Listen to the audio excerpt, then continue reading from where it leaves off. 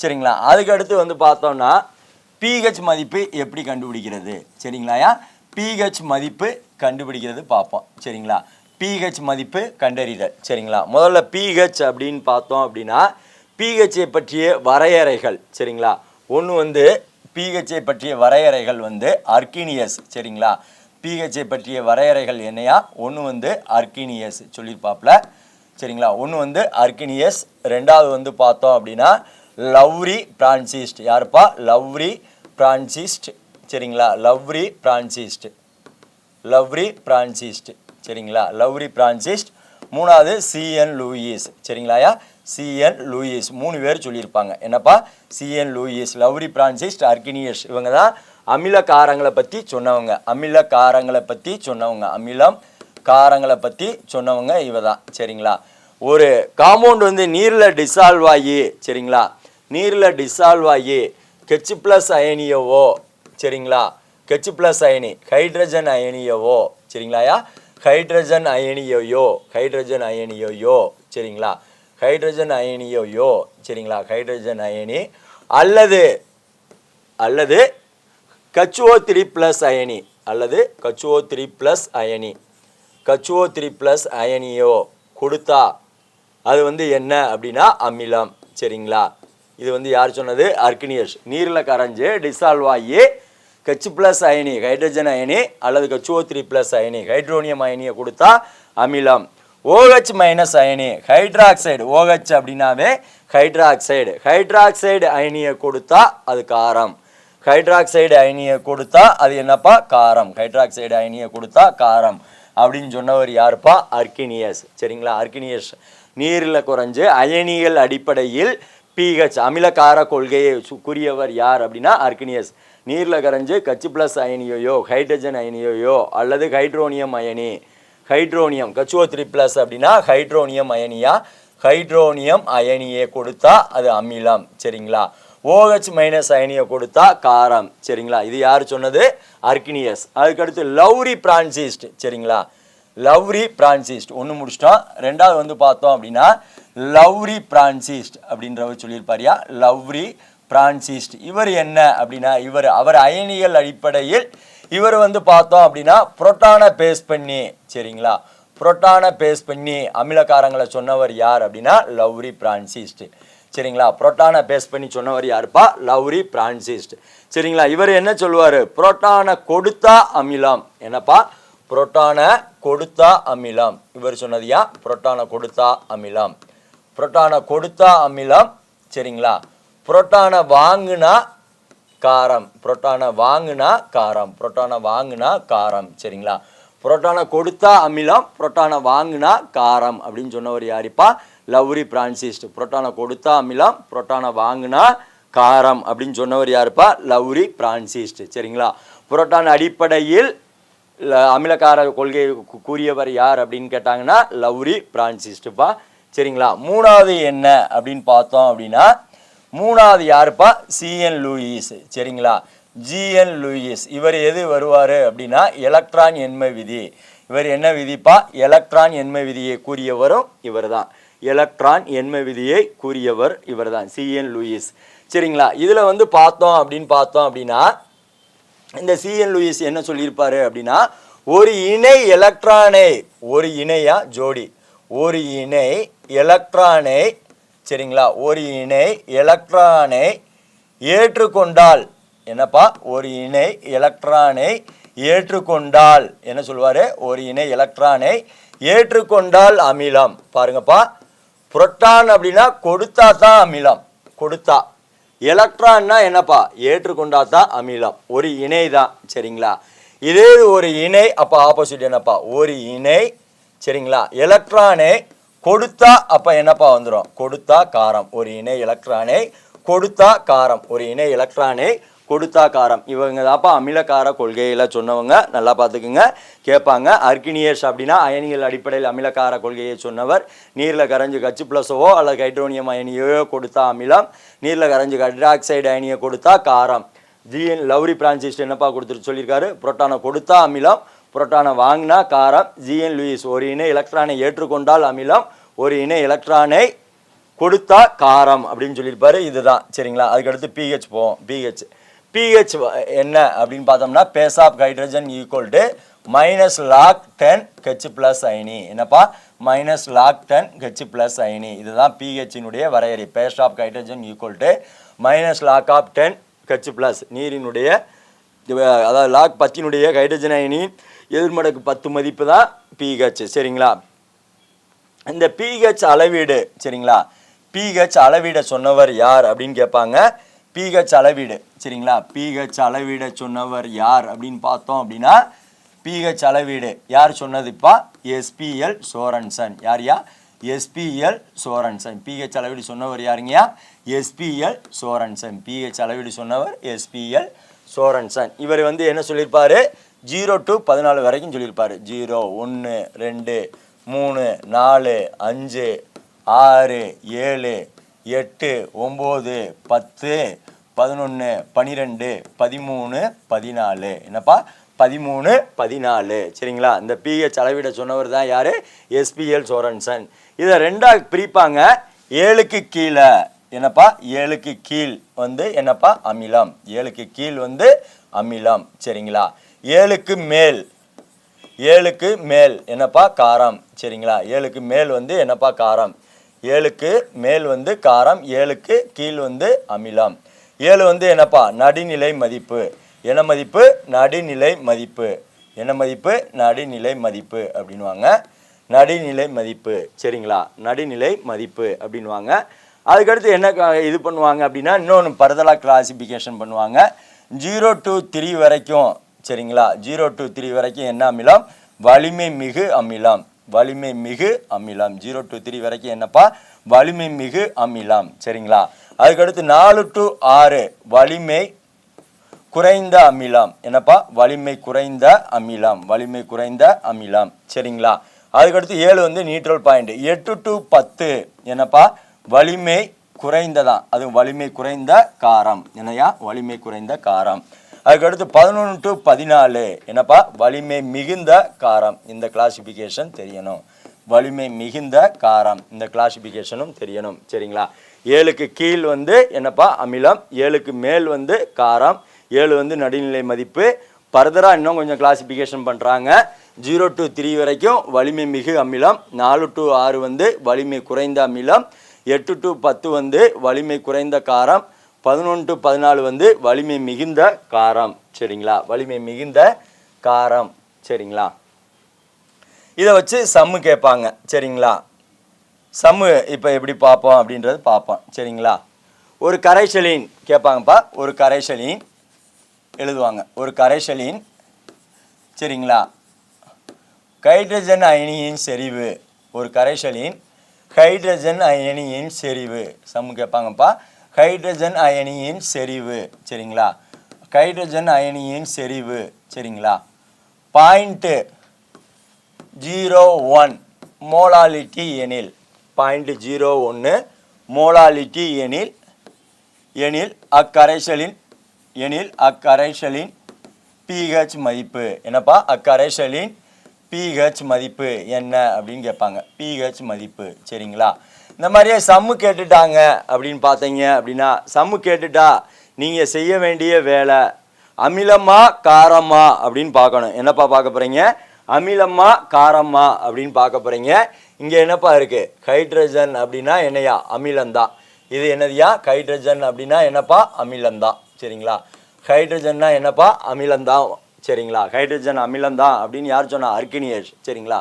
அப்போ பாருங்க புள்ளிக்கு அப்புறம் எத்தனை ஸ்தானம் இன்க்ளூடிங் 0 எத்தனை ஸ்தானம் இருக்குது 2 ஸ்தானம் இருக்குது. 0 + 1 சரிங்களா.